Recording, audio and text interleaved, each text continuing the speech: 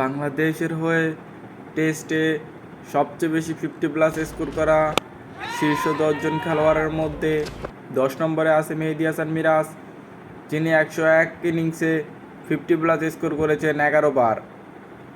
এই তালিকার 9 নম্বরে আছে মোহাম্মদ আশরাফুল, যিনি 119 ইনিংসে 50+ স্কোর করেছেন 14 বার। এই তালিকার 8 নম্বরে আছেন নাজমুল হোসেন শান্ত, যিনি ইনিংস খেলেছেন 74টি, 50+ স্কোর করেছেন 14টি। এই তালিকায় 7 নম্বরে আছে মাহমুদুল্লাহ, যিনি ইনিংস খেলেছেন 94টি, 50+ স্কোর করেছেন 21টি। এই তালিকার 6 নম্বরে আছেন লিটন দাস, যিনি ইনিংস খেলেছেন 91টি, 50+ স্কোর করেছেন 24 বার। এই তালিকার 5 নম্বরে আছে হাবিবুল বাশার, যিনি ইনিংস খেলেছেন 99টি, 50+ স্কোর করেছেন 27 বার। এই তালিকার 4 নম্বরে আছে সাকিব আল হাসান, যিনি ইনিংস খেলেছেন 130টি, 50+ স্কোর করেছেন 36 বার। এই তালিকার 3 নম্বরে আছেন মমিনুল হক, যিনি ইনিংস খেলেছেন 140টি, 50+ স্কোর করেছেন 39টি। এই তালিকার 2 নম্বরে আছে বাংলাদেশের ওপেনার তামিম ইকবাল, যিনি ইনিংস খেলেছেন 134টি,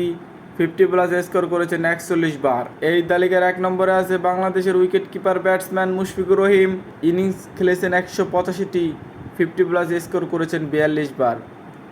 আপনার দেখা এই সকল খেলোয়াড়ের মধ্যে কোন খেলোয়াড় সবচেয়ে বেশি প্রিয় সেটি আপনি চাইলে কমেন্টে জানাতে পারেন।